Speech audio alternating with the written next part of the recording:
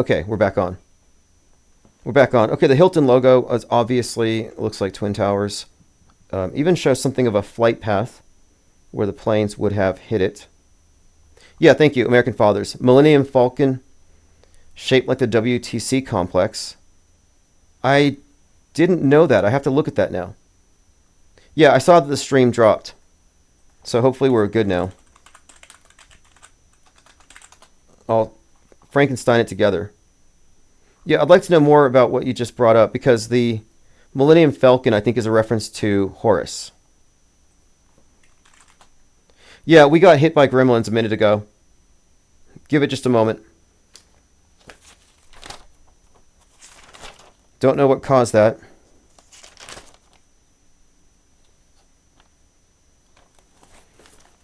Okay, let's move on. Let's get to the rest of my notes before they shut us down.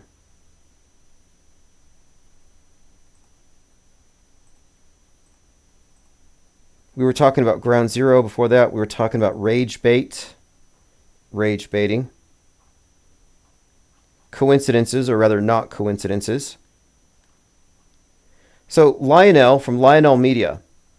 This guy's intelligent. He's a lawyer. Personally, I think he's too smart to fall for something like this. So he's sharing an image of condensation trails from airplanes. And his caption is, "What is this?" So this is what I would call a bad faith question. It's a bad faith question. What is this? Is it even a valid question to ask? And my argument here is that no, it's actually not even a valid question if the answers are readily available. If he was being honest, he would be bringing answers, not mere questions. And this is called an appeal to ignorance fallacy. This is appealing to those who don't know, who may already be skeptical of mainstream science and therefore susceptible to this particular psyop. So he's fishing for the ignorant. It's an appeal to ignorance. And it is also a bad faith question. At least he didn't say, what are they spraying? Which would be even worse. But asking a question when there is an answer is very misleading, and it's by design. It's by design. And you know what the answers are going to be because of his political leanings. Everyone's going to say what it is, except for me. I mean, everyone's going to say what he thinks it is, which is, of course, Harvard's geoengineering, poisoning the sky, death from the sky, human-induced climate change. Again, a lot of people here just automatically fall for it. So I'm just pointing out that that is a technique. It's a propaganda technique. We have to look at these various influencers as propagandists, and they're using techniques of marketing and propaganda in every one of their posts. In this case, this is definitely a propaganda technique.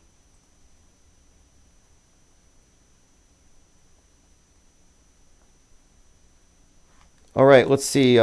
Yeah, we're back online. I think we got cut off on a few channels. Are we still off? No, we're back on. We're back on, just to be sure.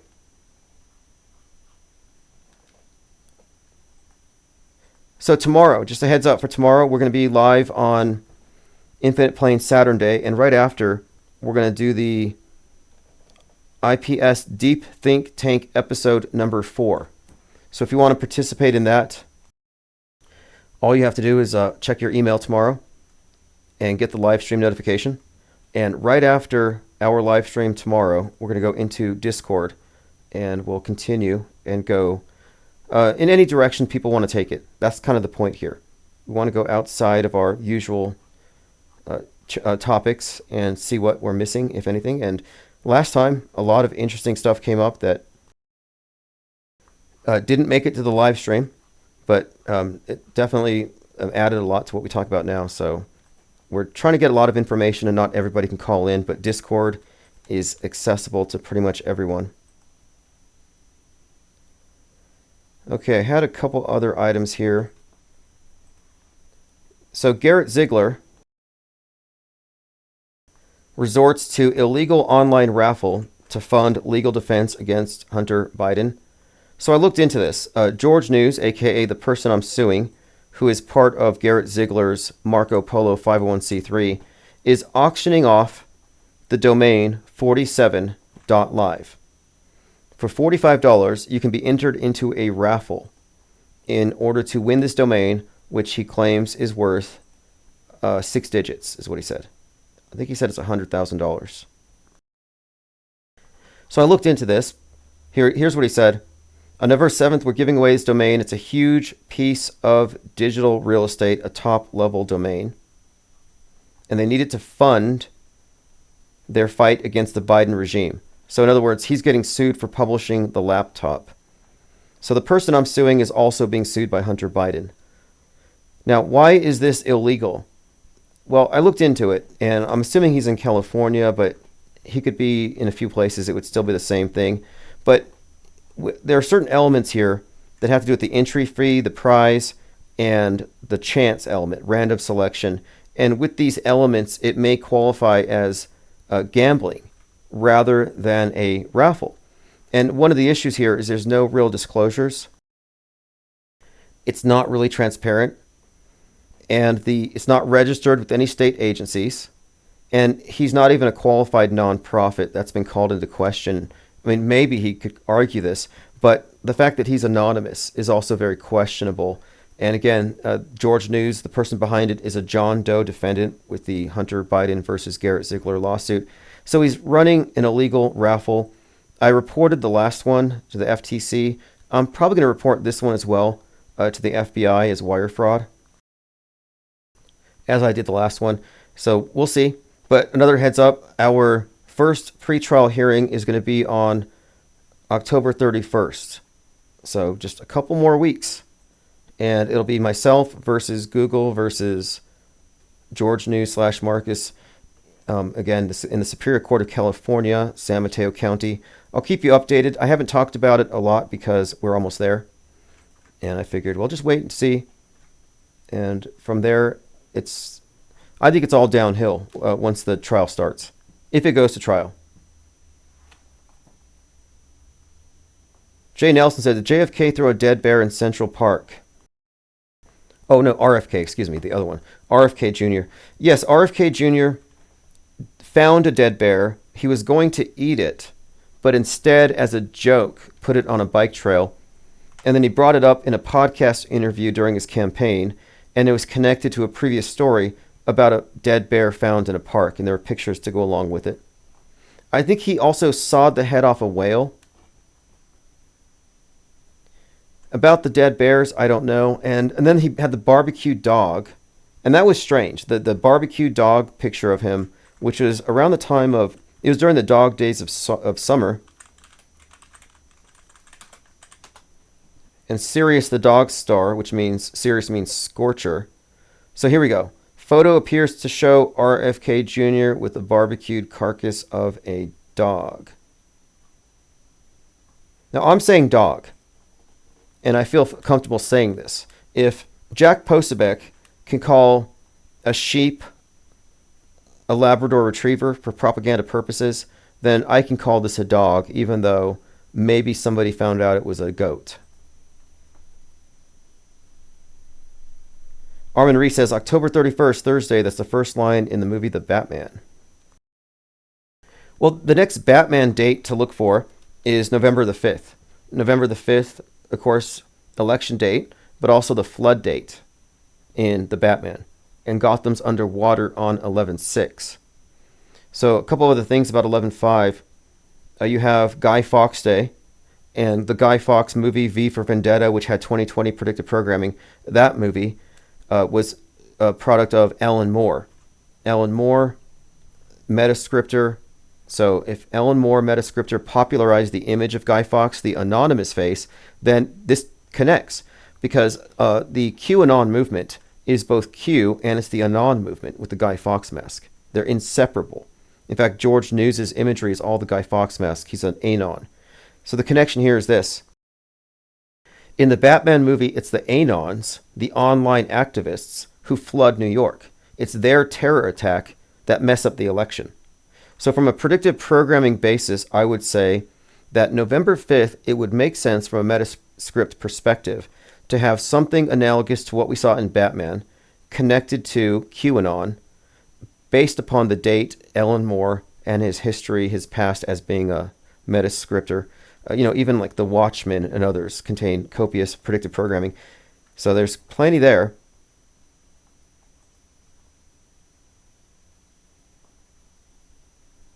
Okay, phones are still open, 505-510-4226 for a few more minutes here. Let's get back on topic. I'm just going through my bookmarks. I tend to skip my bookmarks. Election season is here. Remember. Tired of all these commercials too. I have a lot of tweets bookmarked I want to get through before we end it tonight. By the way, you can follow me at IPS Think Tank. We also have our live streams on Twitter. So let's look at the numbers. Right now we have, well, the numbers have dropped. So we had a higher peak. We're back over 100, but we did have gremlins chewing through the wires. We were temporarily shut down. Kind of a slow news week. We've been talking about the flat universe thing for a little while here, and I was looking it up, and Neil Gaiman, I'm trying to find who's the first person to suggest that we're in a flat universe. Neil Gaiman said, "I think it's infinitely inferior to my own flat universe theory," when asked about flat Earth. He says, "Instead of a big bang, everything came into existence when God slid the universe under a door." So Neil Gaiman, interesting character, writer rather. I've been sharing everything wrong with the Capitol shooting. I don't think this has sunk in. I think it went over the heads of Trutherville. This is from Woo's News. If you haven't seen this, this is a collection. This is basically the best breakdown, frame by frame, of January 6th in existence. And it's by Woo's News. He's working on part 3 right now. And I'll put a link here. I think he's seeking support for producing part 3. Part 2 was also very good. But he has made it very clear that J6 was undoubtedly, provably, a simulation.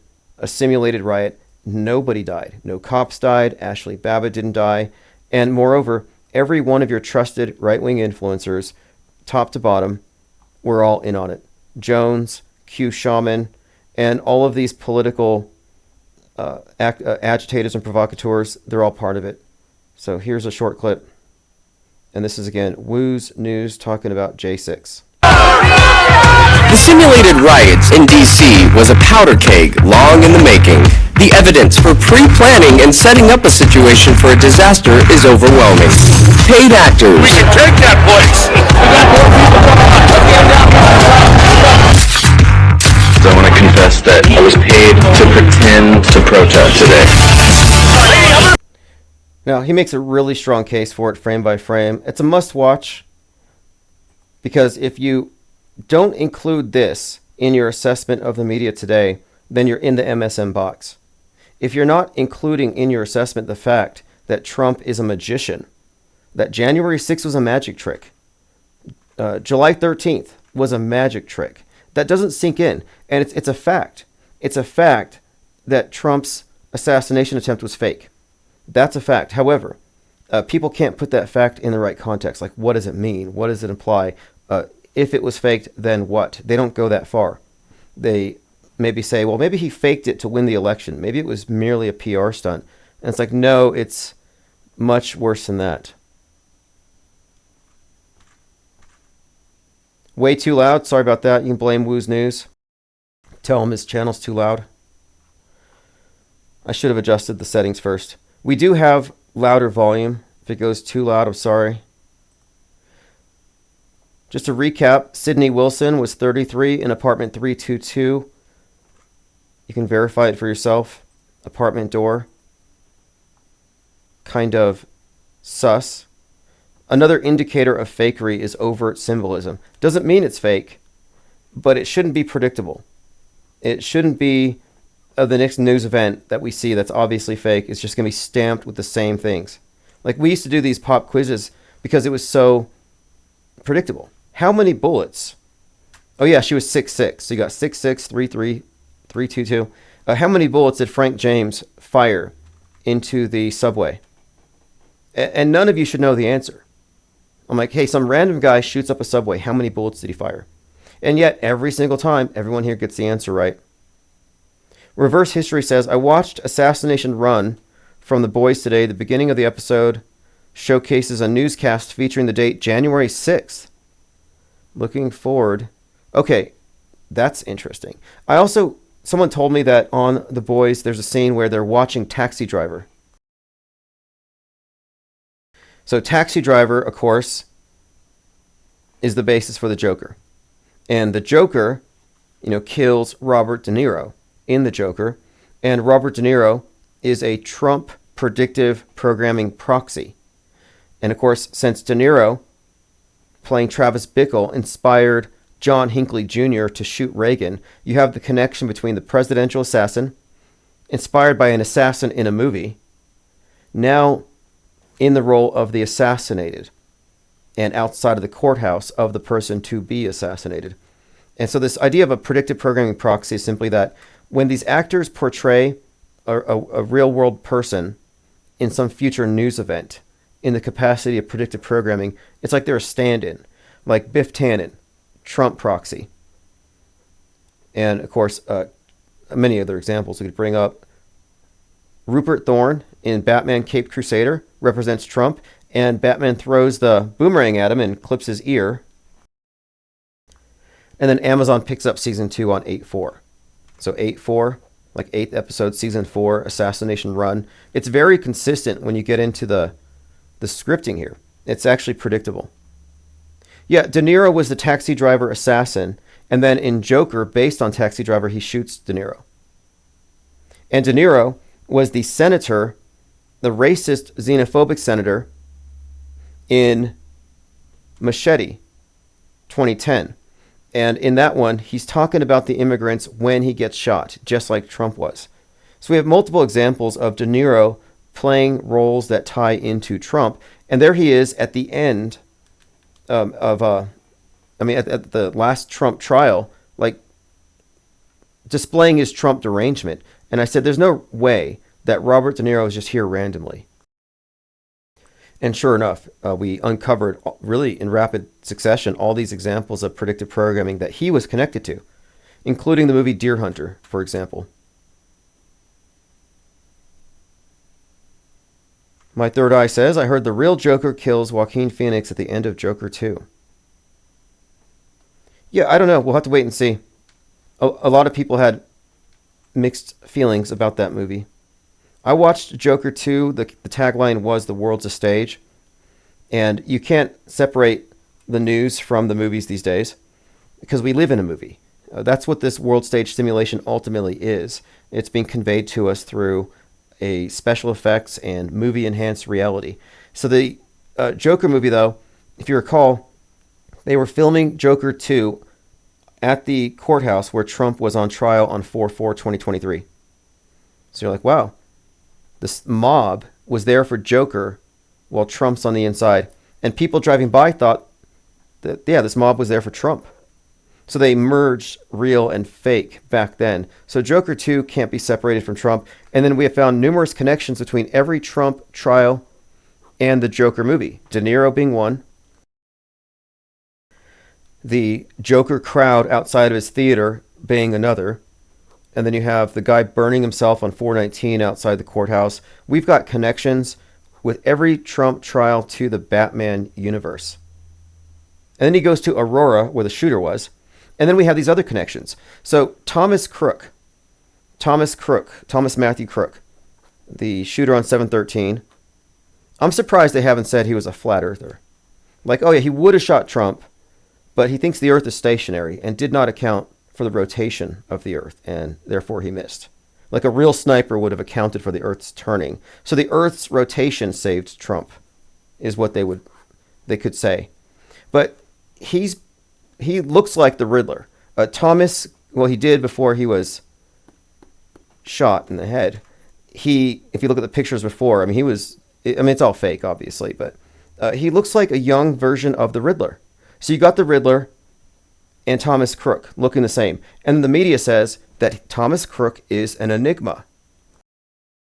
Multiple headlines. Well, what is the Riddler's name? Edward Nigma. Enigma. So you have this Riddler-Batman universe connection to the first Trump shooting. Then the second shooter, Ryan Routh, the golf course guy, he comes out with his blue and yellow hair, laughs while he's being arrested, kind of Joker-esque in that regard.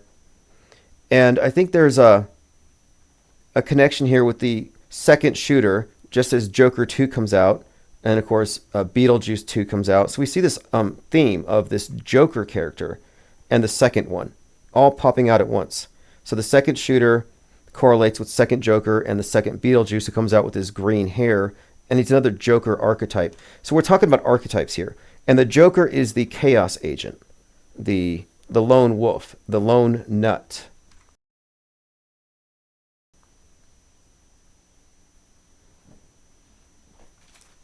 Okay, reverse history says, The Boys Season 4 features Homelander going to trial, perfectly paralleling the Trump trial. And the writer admits the episode is written 2 years ago. So this is an example of concurrent programming where you're watching it on Netflix and it's happening on the news.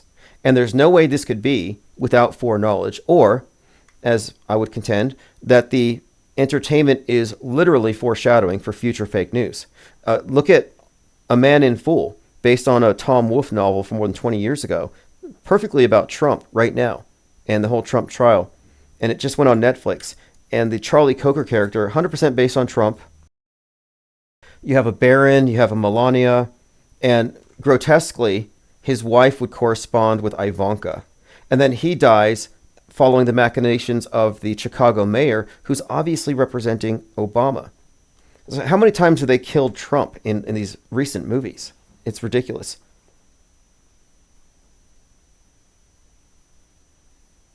American Father says, news, movies, and sports are all running the same themes together. Yeah, it's concerted messaging. So concerted messaging is another term I've been using, another phrase to explain how these aren't coincidences. In Houston, you had a 90-foot tall statue of the monkey god erected. You had 1 million people concurrently playing a game called Black Myth, where they're avatars of this monkey god. Now, these are separate but connected. And then you have the WHO, and this is August 14th, declaring monkeypox a global problem. On that day, Bad Monkey comes out on Apple TV, the Vince Vaughn. So you have Bad Monkey, you have monkeypox, and then you have this 90-foot tall monkey statue. You have 1 million people mentally, they're immersed in the simulation, they're playing the monkey god as an archetype. So we're looking at this as, okay, what's the build-up here? What's the messaging? And I said this is representing the advent of the rage virus, the mind virus, disease X. The monkey virus is disease X, the WHO placeholder for the big one. That it's going to be a mind virus, and it's going to come from X. And I think I've been vindicated on this.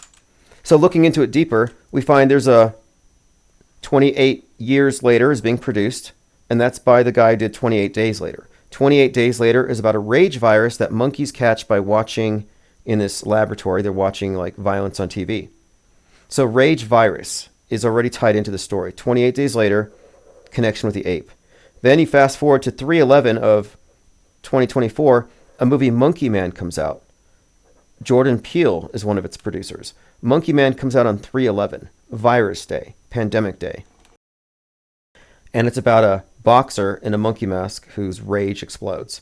And Jordan Peele's connected to Nope, which not only has a rage chimp that murders everybody, but he says the movie was inspired by the spectacle of George Floyd's death, describing how it's basically saying that seeing the violence against Floyd triggered 2020's summer of riots, rage virus. So Nope was about a rage virus. So it's a reoccurring theme. Planet of the Apes is out this year, so it's in the zeitgeist. The concerted messaging in the zeitgeist is connecting something here. And this connection has to do with, I believe, the rage virus. Also notable that the author of 28 Days Later is the director of Civil War, which is about rage viruses from the right wing, left wing, right, probably both, but the movie's mostly about the right wing anti-media types, and they're fighting everybody else, and Trump's in the White House. I mean, it's literally about Trump. And at the end, Kamala has to go kill him. Or they choose a a black woman soldier. So what is the messaging there? Well, it's pretty ham-fisted, easy to see. Yeah, Travis Cloud, Jordan Peele owns Monkey Paw Productions. Armin Ree says, any ideas on the apparent copy of the Guidestones in China? I'd like to read them and see what their numbers are. Have they adjusted their numbers? Because the first Guidestone said keep the population at like 500 million. And I want to know if they've adjusted that up because it's too lofty of a goal to call the population that low now that we're at 8. We're supposedly at 8 billion. But I saw them. I think that the digital monolith at NATO actually supplants the Georgia Guidestones as far as the agenda for the future. I just saw it and thought it was half-assed. It was too small. And if they were legit, they would have erected it on 322. My Third Eye says, there's a show from Marvel called Hit Monkey about a monkey that's a hitman. Yeah, it's code, like the bat. You know, like the burning bat, the bat soup. It's all code. And this monkey thing was an example of concerted messaging. And predictive programming exists. There's no doubt about it. I mean, it's inarguable. We can talk about it if you have doubts. You think we're cherry picking. But I have my list here of my top 11 predictive programming examples leading to the head wound of Trump. And this is not cherry. This is random. This is just like 11 out of 1,000 I could pick. But some of them are so specific.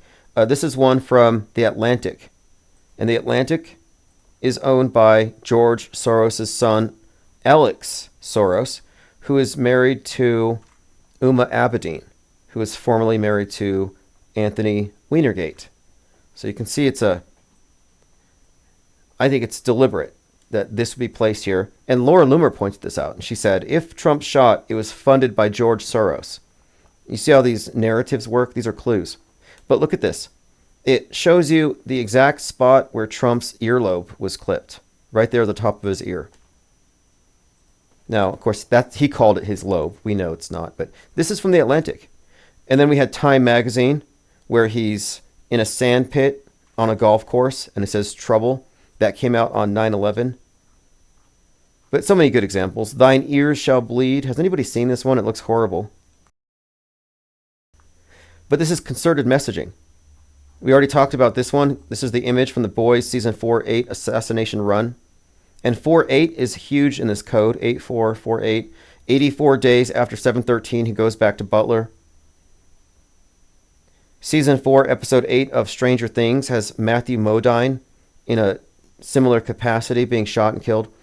And that connection there goes back to Kubrick's work, Full Metal Jacket, where Matthew Modine is Joker and Joker is JFK. But the consistency is the numbers I'm pointing out here. Then you had Captain America Brave New World trailer that came out right at that time, where Harrison Ford, a president who survives an assassination attempt in a theater, you see him surviving this attempt right in front of everybody, which has a lot of connections, I think, to, well, one, it's in a theater. Think Abe Lincoln. Harrison Ford's birthday, 7/13, the date that this thing happened. 7/13 is Julius Caesar's birthday, which is significant because Julius Caesar, by William Shakespeare, the play in Central Park in 2016, had them killing Trump on a stage. And Laura Loomer actually interrupted it by jumping on stage. Leave the World Behind. I have some references here. A Man in Fool I talked about. Fallout. There's a scene in Fallout where Betty Pearson, who I think is Kamala Harris, rigs the election to be overseer of Vault 33. After cleaning up a massacre, there's only one drop of blood she missed. And it's on the right side of the head of a foosball figurine that looks just like Trump. And then Machete. We talked about Machete. Now, this Machete thing goes so deep, though. De Niro, Joker, headshot on TV based on Scorsese's Taxi Driver, where he's the assassin.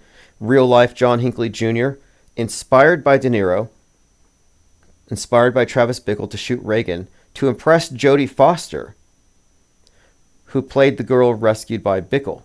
Hinckley's birthday is 5/29, which is JFK's birthday. Another connection. And then he shot James Brady, and James Brady died on 8/4. Again, 8/4/48, and he died of a head wound.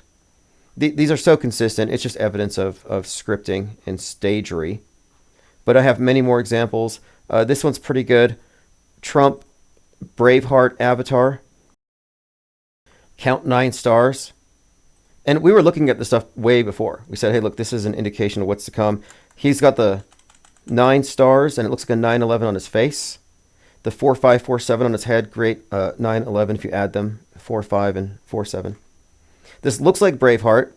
When he shot, he raises his fists, and it looks like Braveheart's movie poster. And he was called Braveheart when he goes back to Butler. Infinite Plane Radio. Hey, dude, this is Jurassic. Hey, what's up? Let me make sure your volume's loud enough. Okay, go ahead. Yeah, no, just to let everyone know, the only reason I haven't called in is because my throat is messed up. My vocal cords are messed up. But people were worried about you, and I was like, no, he's probably taking a short break. But okay, I'm glad to hear that it's just your vocal cords. Yeah. No, I'm not. I could care less what your stupid chat says. Anyway, I heard somebody say that I was mad about something. No, I'm not mad at all. Yeah, I wouldn't think so. I mean, I've got thick skin when it comes to trolls. I'd assume that they don't get to you either, but it doesn't mean you can't call them out for their trollishness. You know, we need to call out their behavior.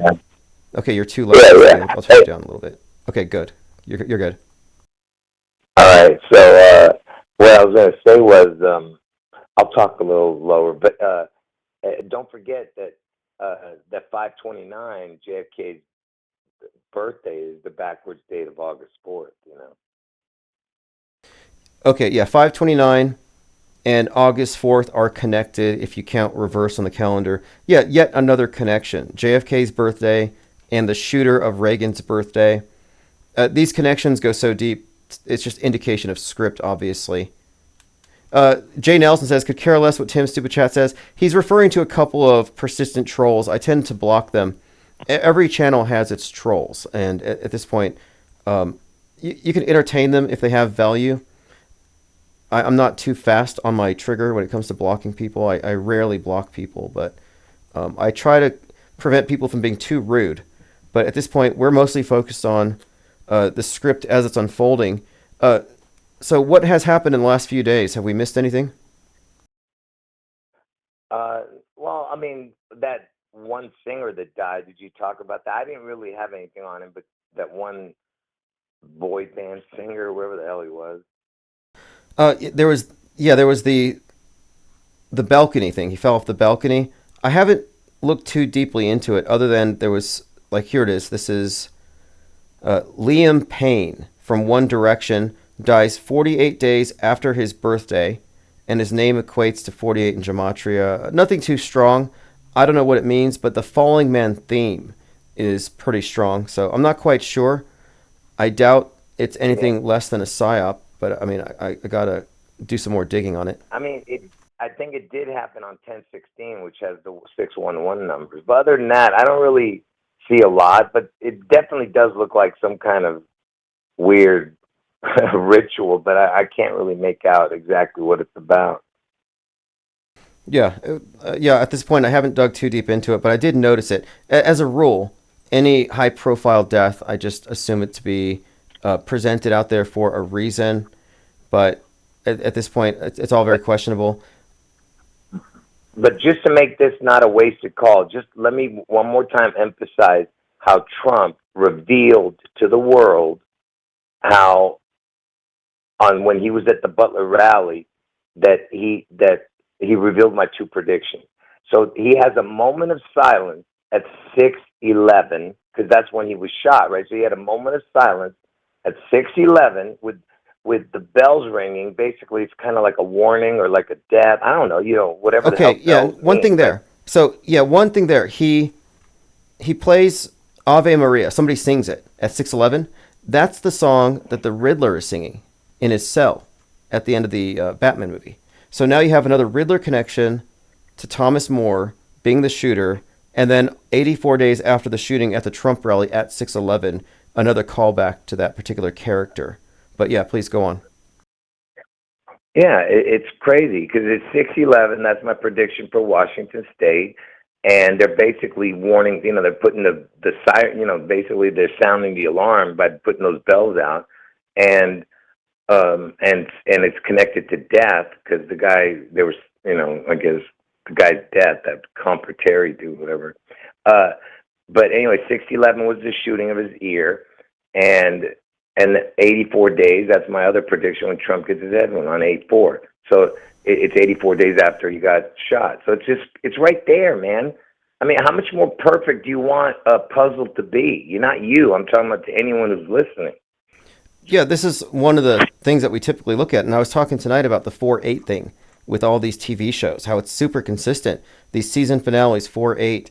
And then I brought up that Caped Crusader where it's so specific. It's another Batman reference. It comes out around the time of his shooting, and it literally has Rupert Thorne, a Trump proxy, getting his ear split on the same side of the head. So there are too many examples of this to discount it. Predictive programming exists. The script is there to be decoded. This is far beyond conjecture or cherry picking or any kind of self-deception. This is actually pretty much we're just reporting the facts. Yep, and we'll talk about another prediction I have about something to do with Priscilla Presley. And you want to hear something really weird? Priscilla Presley, because I was saying something might happen to Priscilla Presley in December. I'm not going to get into the details of it, but Riley. The daughter of Lisa Marie, who died, Elvis's daughter, she ended up having a book that she was going to put out. So the daughter put out Lisa Marie's daughter put out the book for her, finished it, and I guess it's Lisa Marie's memoirs or whatever the hell it is. So in that book, it talks about Lisa Marie being abused or something. And now everyone's hating on Priscilla Presley. So this might lead to something here, because they're saying she allowed the abuse. So now people are hating on Priscilla Presley. Now, I haven't kept up with that, although I did find it strange that she kept her deceased son in the house for 2 months in a room at 55 degrees. And his nickname is Ben, which is also a reference to a pyramidal stone in Egyptian cosmology that has to do with creation. So there's something weird and ritualistic about that. And that guy died. Yeah. And that guy died on 7/12. 7 times 12 is 84. Yeah. Oh, okay. Yeah, again. Yeah. That's all really strange that they actually had a corpse in the home for a little while. Bizarre. Nothing weird about that, I guess. But to me, it seems like some kind of Egyptian, like this worship of the king and stuff. There's something there. All right, bro. Sorry I interrupted. I just wanted to let you know I wasn't not calling on purpose or anything. Yeah. Well, we're glad you're not missing without your MIA. All right. Thanks for the call. All right. Take. Yeah. That's JL. He's still alive and kicking. Someone here had a recommendation for him: gargle with salt water or have a spoon of honey. Now he's only talking about specific people in the chat. I don't know who. And at this point, there's no way you can say something as far out as Trump wasn't really shot, this is all fake, without getting some amount of trolling. How do we know Garrow isn't an AI? Yeah, it would only take like 30 seconds, right? To totally hijack someone's voice. Okay, let's move on. We have Snoop Dogg killing Trump as a clown. Oh, they've been killing Trump for so long. And so what does this mean? And this was actually a point raised by Armin Ree in our last IPS deep think tank. And I totally agree with this, that they throw so much out there that it's like they saturate it. So they take all the shock value out of it. So then when they do the fake event, it seems like a natural consequence of what came before. It doesn't raise any eyebrows. In other words, they enter it into the realm of possibility so that no one questions it when it does go down. And I think that's one of the agendas here. And this is why some people aren't processing predictive programming as evidence of a conspiracy, but rather see it as just a coincidence, hardly worth noticing. So when they finally pull off the event, they're just doing something that no one finds even remotely challenging. It's like I guess you could say, they are desensitizing us to the Trump head wound. I mean, here's another example. Beetlejuice, gold suit, American flag, Trump haircut, looks Trumpy, and he's in the afterlife. And when he walks by, and it's hard to see because it's just a couple of frames, but it looks like a wet, bloody spot on the side of his head. The same spot where the MAGA hats have a squib tucked in behind the 45-47. Verse History says, good to hear your voice, Garo. Nicotrama says, JL is awesome. Well, we have a lot of interesting callers. And what are we here for but networking minds that have stepped outside of the false world view. And the first step is recognizing that the map isn't the territory and becoming cognizant of what is missing from the big picture, which is primarily the inclusion of the PSYOPs and including every one of these PSYOPs in your future assessment. You can't just say January 6th was a hoax and then live and think and process the news media as though that's a nothing burger. You're like, well, I'll vote for Trump because he'll beat the deep state. No, Trump is the deep state. There is no shallow state. There is only deep state. And he's one of its star characters. And if that's not clear by now, then yeah, you're in their box. You're in the black cube. The Saturnian death cult has formed your worldview for you. And they control time and space. And they control time with fake news, which becomes fake history. Assassin says, what's the big agenda? The big agenda is that you've already been conquered. The agenda is that the new world order isn't coming to impose a one world order and a one world religion. No, we already have the one world order. And the one world religion is Nascitology. It's scientism. So we've already been conquered. It's mind war. Read Art of War. The greatest generals it describes are those who never draw their scabbards. So humanity has been conquered. And we're in a state of complacency with it. We're in a state of total complacency because the opposition is all controlled and the issues are all fake and it's all mind war. So the good news is everything that you think is really terrifying about the world stage is fake. The bad news is resistance is futile.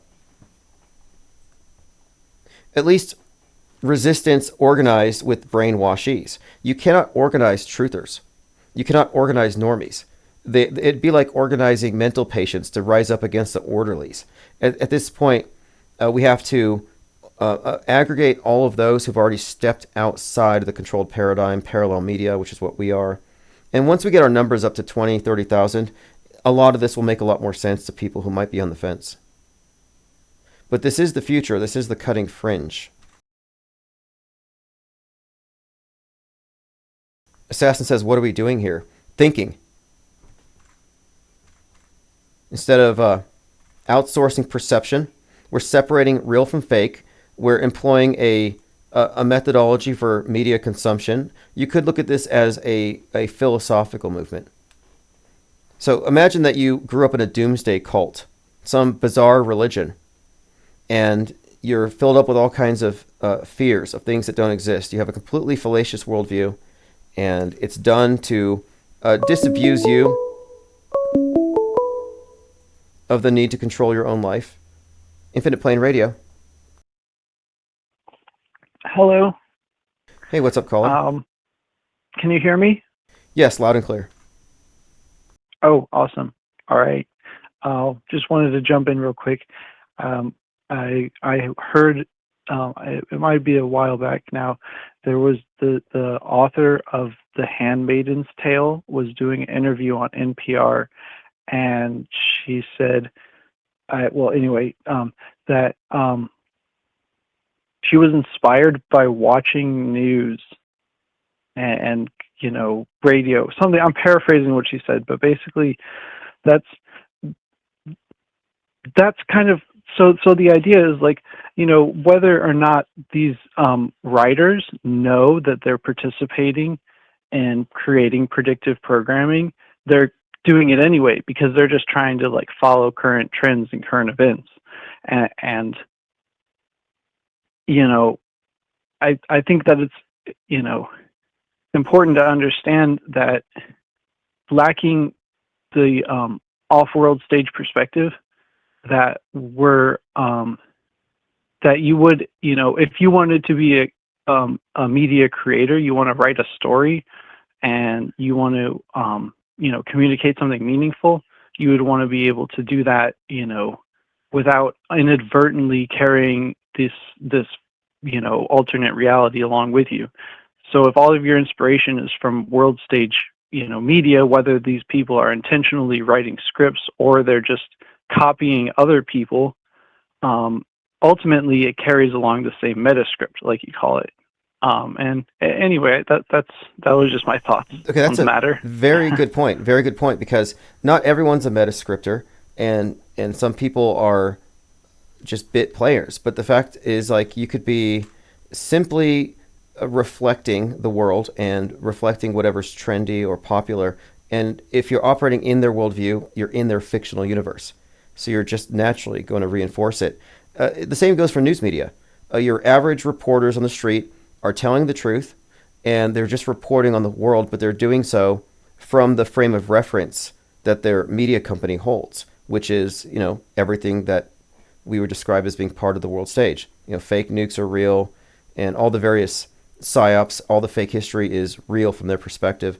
So the world stage makes a liar out of you, in the sense that it makes you reinforce it.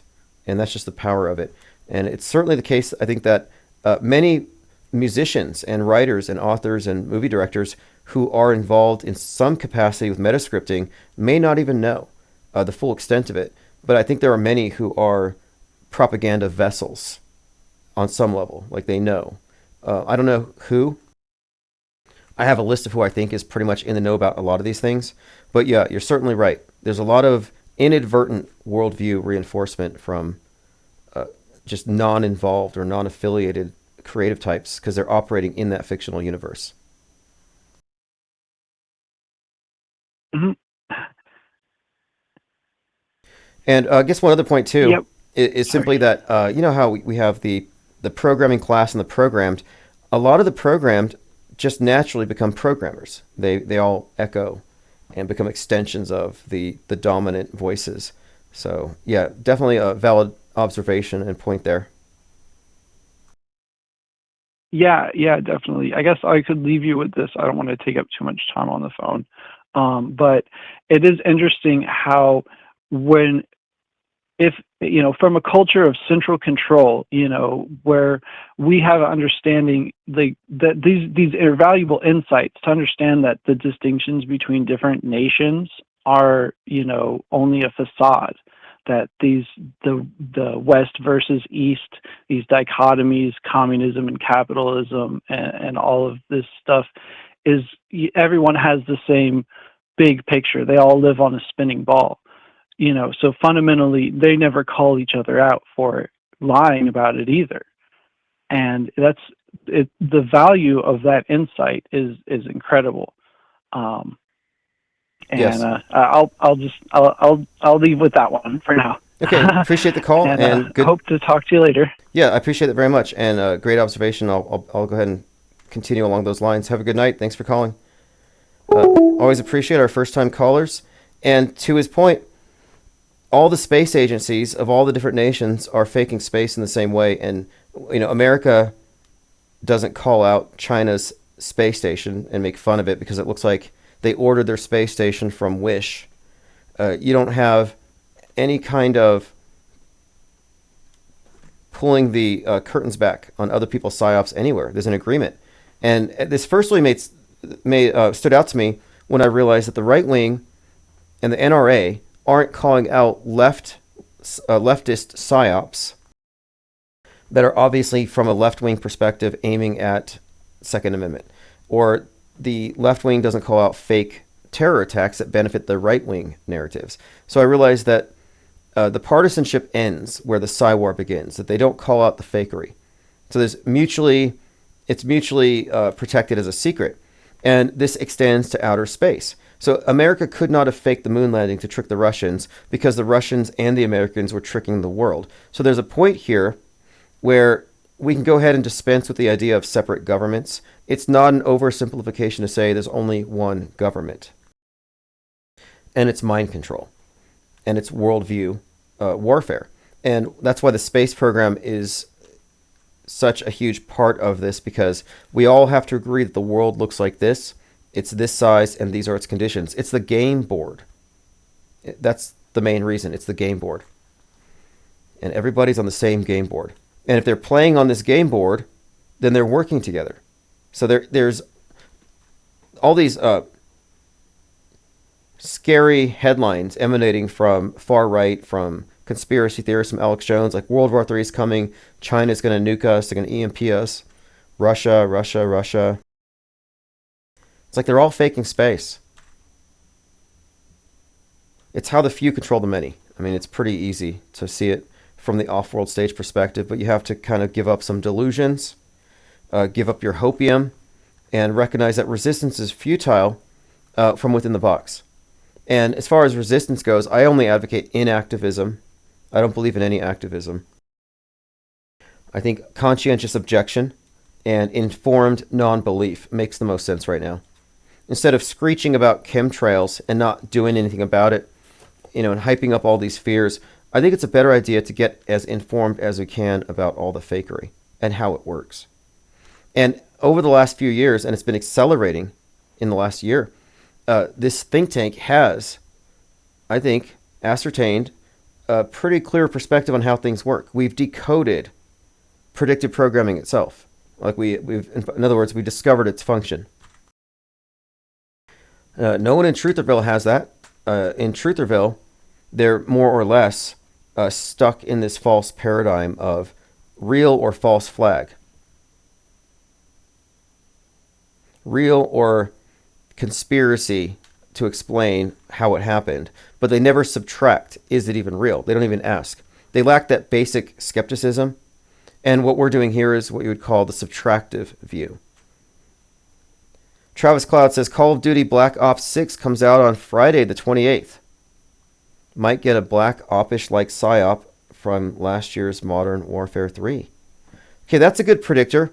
October 28th, that's a pretty significant date.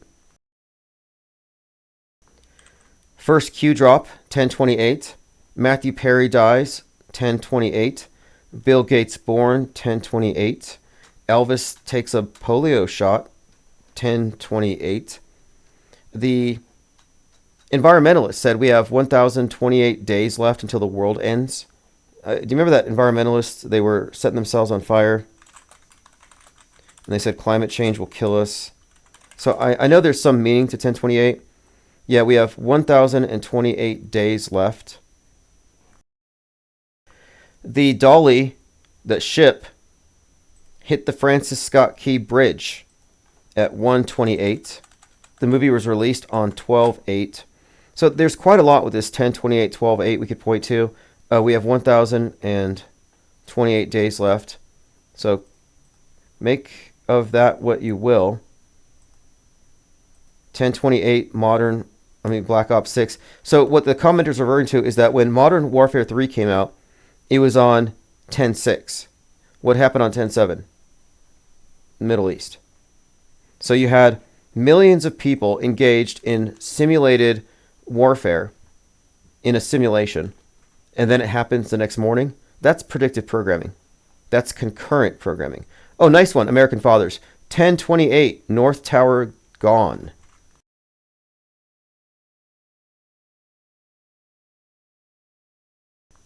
All very scripted. 9/11 is just a great example of scripting. They kind of overdid it. Building 7 burns 7 hours, falls in 7 seconds. Flight 77 flies for 77 minutes, hits a 77-foot tall building. It's kind of redonkulous. But it's because it's a script. It's code. These numbers tell a story. these numbers tell a pretty good story. It's pretty clear. November the 3rd, the day that the One World Trade Tower was erected. That's another one I've been looking at very closely. But November the 5th, referenced in Batman.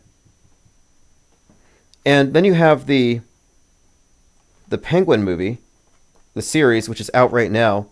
And in that series, they have a reference, and they show the flood again. So it's been brought back into awareness.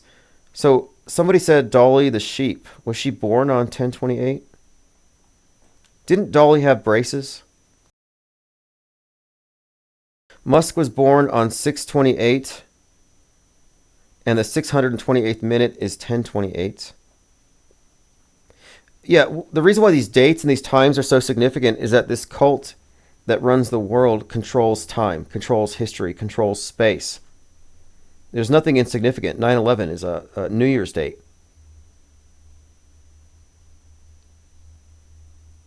Talmanoid 3 says 7, 7, 93, and 11, all Crowley numbers. Yeah, that's true. Was it AA, American Airlines, and AA is one of Crowley's orders? Like the Silver Star.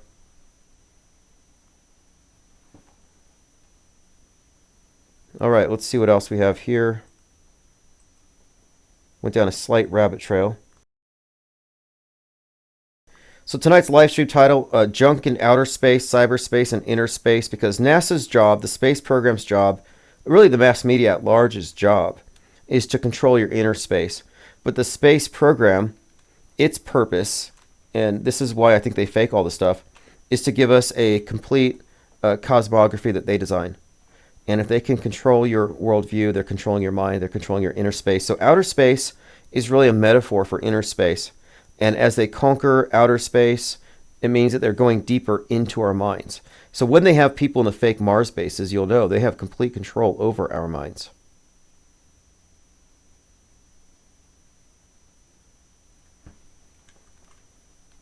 Let's see, the Pentagon. Construction begins September 11th, 1941, 60 years before. The event, though, it's talked about almost too much. I mean, 9/11 is great for the perspective of studying media fakery and the scale at which it can be accomplished. But I think it's also important to keep in mind that that is one psyop in a long succession of psychological operations that are all connected, and that the predictive programming for 9/11 is not anomalous. It's with every event, big and small. Fake is the rule, not the exception. There's a forest of fakery, and yet truthers find themselves running laps around one or two trees. It's like the whole forest is fake. Tomanoid says, oh no, My Third Eye says, isn't Mars in Australia or someplace? Right now it's probably all in a simulation. I don't know why they would. I mean, I think originally, probably in Canada, Arizona. How they're going to do it, I'm not sure. I think they're going to end up sending people through Hyperloop, perhaps, if they even fake it on that scale. It might just be as cheesy as the ISS, as in a bunch of actors pretending to be in space with substandard special effects. It's embarrassing that some people are still fooled by the ISS. It just tells me they haven't looked.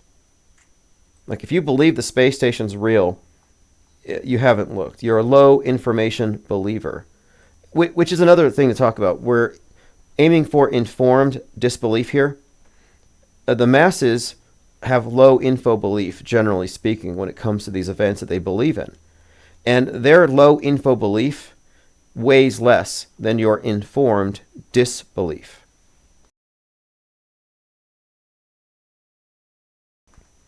And we've been talking about this for some time, and I've noticed, like, I started talking about how if you don't critically examine the news, like, as in, if you just passively accept it, whether you're accepting the mainstream or the alternate and the alternative version of things, if you're just passively accepting it, you're not using your mental immune system. And if you're not using your mental immune system, your critical thinking, then you're susceptible to mind viruses. So if you're susceptible to mind viruses because you're not exercising your critical thinking faculties, then you can be said to have mind aids. And the government gave you mind aids back when you were a baby, basically. You're born with mind aids. They give it to everybody. Mind war inoculation is what we're offering here. And it's what we demonstrate every single day. Most of the listeners here, you can ascertain by the comments, are inoculated against mind war. They're not falling for any of it. They're not triggered. And as soon as I started talking about mind aids as a way to explain the condition of the masses right now and how it's cultivated, they don't want you to have an immune system for your mind. They want to remove it so they can curate your news for you. They want you to fear mind viruses. Like, oh, I don't want to be exposed to these ideas I might catch. The person who says that doesn't give themselves any credit for having any ability to censor or filter their own thoughts. Like, oh, I better have this censored. I don't want to accidentally go to the wrong YouTube channel and turn into a flat earther. Like, it doesn't work that way unless you don't have a mental immune system. Well, shortly after I talked about this, I heard about this on a Daily Beast podcast. This new group came out called the Mental Immunity Project. And what they say here isn't controversial. It's actually similar to what I talk about quite often. But the Mental Immunity Project is a way of encouraging media literacy so people don't fall for stuff like a bunch of dummies. But the problem that they run into is that they only see mind viruses as misinformation as defined from the mainstream perspective. So they're not auto-hoaxers. But it says, we learned about germs and how to control their spread. If we could solve today's infodemics in the same way, why not afford our minds the same protection we afford our bodies? What if we helped everyone boost their immunity to viral misinformation? And what they are missing here is that the MSM worldview, the mainstream programming, is designed for people with no mental immune systems. It's not in their best interest to actually advance this agenda. But they're right. Mental immune disorders. Critical thinking is a fine thing, but healthy mental immune systems strike a balance. Uncritical thinking can let in lots of bad ideas, and hypercritical thinking can also screen out good ones. There's a Goldilocks zone where critical thinking is enough, but not too critical. And this is how they fix it. You got to be a critical thinker, but don't be an auto-hoaxer. Don't believe the right wing or the alt news, but believe the mainstream stuff. So they can't go full-on immunity. They have to be selective about it. Infectious ideas spread in communities. So you got to quarantine against these communities, obviously. Communities that coalesce around shared beliefs and identities become immune compromised. They've said everything here but mind aids. And I think they stole this whole concept to co-opt it from what we're doing here, because I've been saying for some time that listeners of Infinite Plane Radio are mind war inoculated. Yeah, Angst G, they stole it from us, is what I'm saying. They hijacked it. And the Department of Homeland Security, they hijacked CSA. We came up with something called CSA, like hearsay. Oh, I saw it on TV, so it happened. No, that's CSA. It's catchy. That's why we came up with it. Same with mind aids. It should go viral, but it should lead to us. It should lead to auto-hoaxology, media skepticism. But they hijacked it. So here we have, if you see something, say something. The DHS has something called CSA Day. And it's every September. Be on the lookout for terrorists and call the Department of Homeland Security who fabricate terrorism and tell them what you saw. But this CSA Day came out as a hashtag campaign right after we started throwing around the term CSA.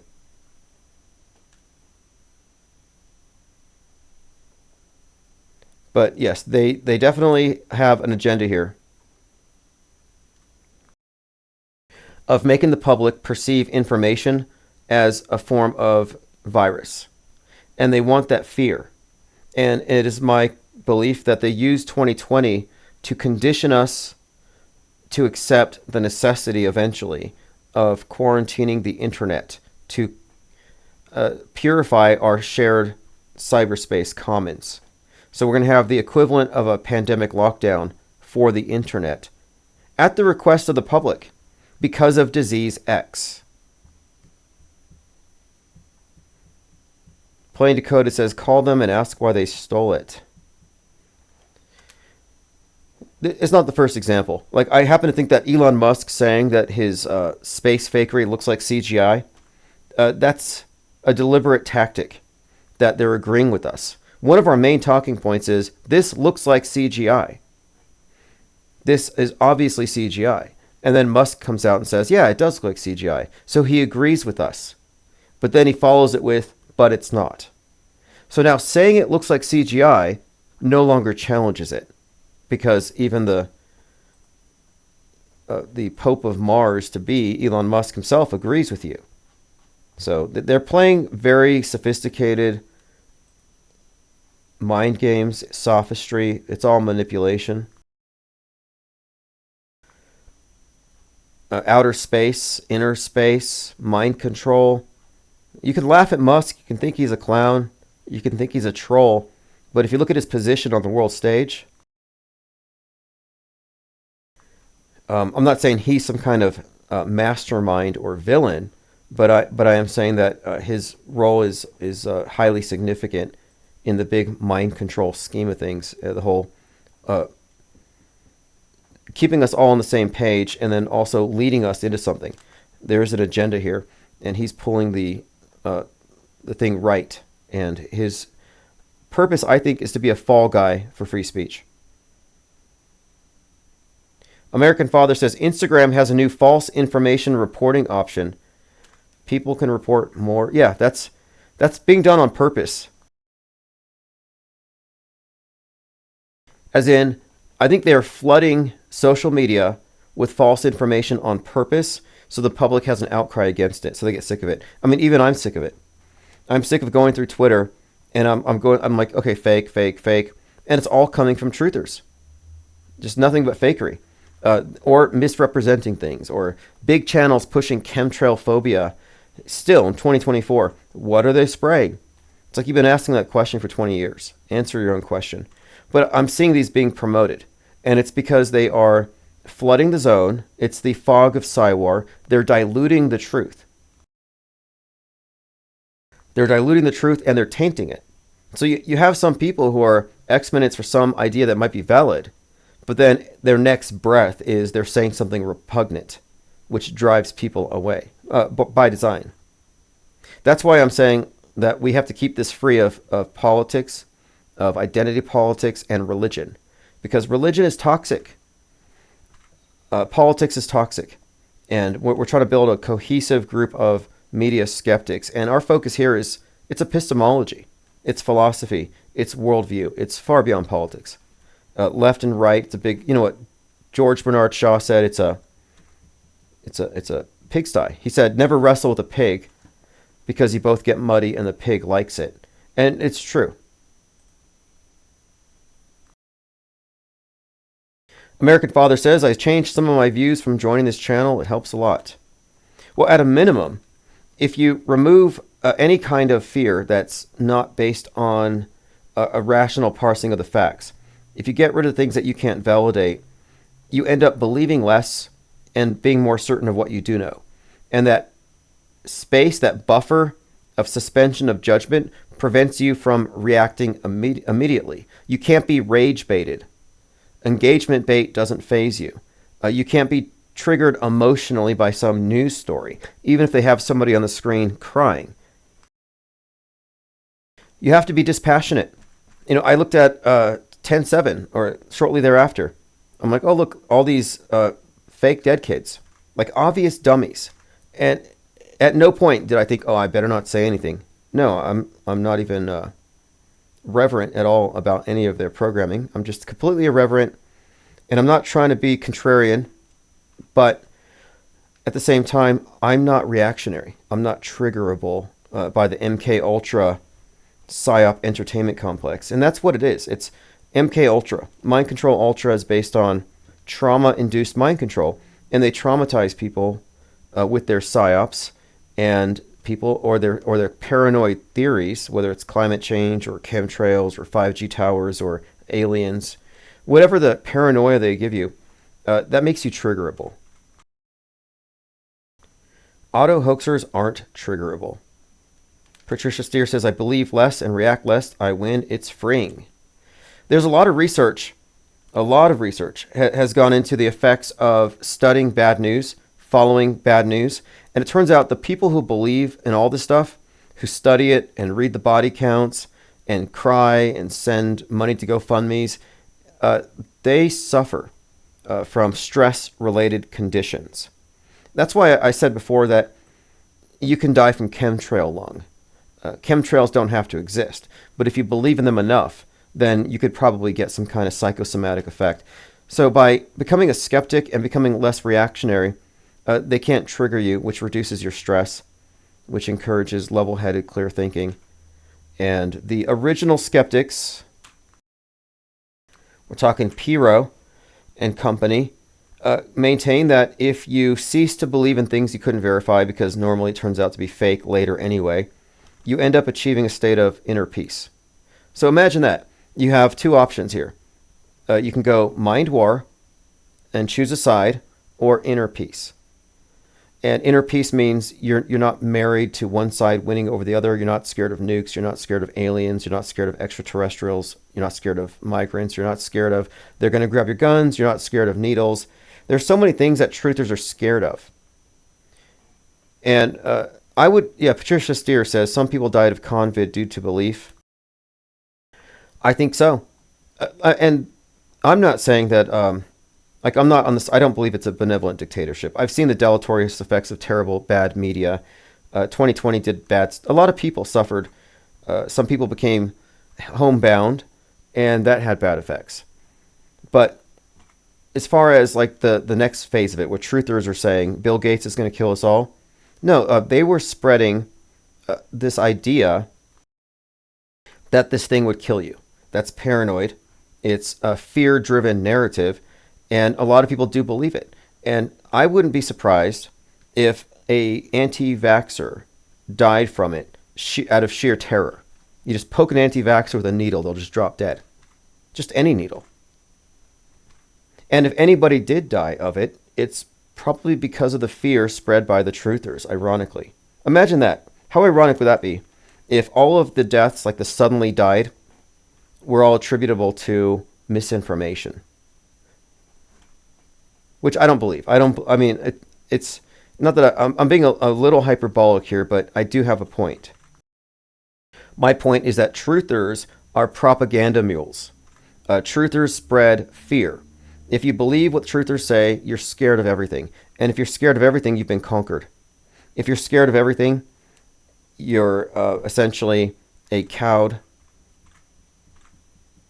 conquered resident of the Matrix. You're basically giving in to the mind war. And it's all by design. I love these quotes by Frank Herbert. I watched part 1 of Doom. I'm watching the next one. Everyone knows the fear is the mind killer. But one of the best quotes to come out of Frank Herbert's Dune, Messiah, and this is referring to you, not you, but the masses. They are not mad. They are trained to believe, not to know. Belief can be manipulated. Only knowledge is dangerous. And what we're seeking to do here, what we've done, is we've split off from the believers. See, truthers have already split from believers in the mainstream, but they're believers in alt belief. We're splitting from believers and alt believers. We're going into a realm where informed disbelief and knowing takes precedence over guessing or trusting some source. And this is absolutely how it works. Trained to believe. That's mind aids. They've been trained not to use their critical thinking. The governments of the world, the religions, any institution that promotes a belief-based worldview is giving you this compromised mental immune system so they can program you like a robot, so they can manipulate you. And it works. There's no doubt about this. We've been witnessing it and following it very closely. Shannon Jones says, Reverse History's presentation at AutoHoaxCon was outstanding. Oh, yeah. And he's going to be at the next one. And the next one's going to be on the 26th. So 10/26, AutoHoaxCon number 2. So let me go ahead and and put that flyer on the screen. We're still open to having submissions. Open call for submissions. AutoHoaxCon number 2, October 26th, 12 to 5 p.m. Open to submissions of podcasts, videos, art, or music, and speakers who wish to present their content and engage in a Q&A session with their audience. And this is all facilitated through Zoom. And so I will be selling tickets $5 like the last one to participate in the closed Zoom session. But this time, we're going to live stream it. So even if you're not directly participating in it, you can still listen to it live and maybe decide to join in. But AutoHoaxCon number 2 will be as good as the first one. And the reason we're doing AutoHoaxCon is that we need to form a coalition of auto-hoaxers. The sooner the better. Outside the controlled left-right. We don't need any of these truther influencers trying to get ahead of this. Not that they can. They're too married to the big system. But the point of it here is this hasn't been done. It needs to be done. And the sooner we build up this group of, I think 10,000's a conservative estimate, but that's a number I'm aiming for. I think there's many more than that. As soon as we reach a critical mass, then things will get very interesting. Well, you can get tickets if you're a member of IPS, if you want to attend the Zoom conference. If you can't do that, you can just watch it live.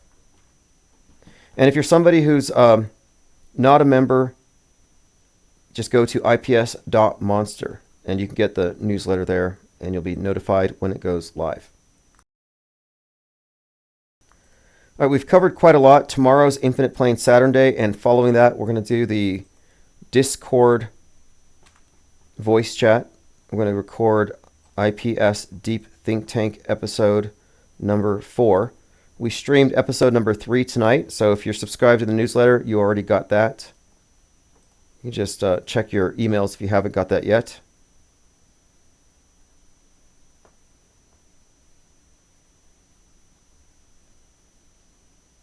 Okay, excellent.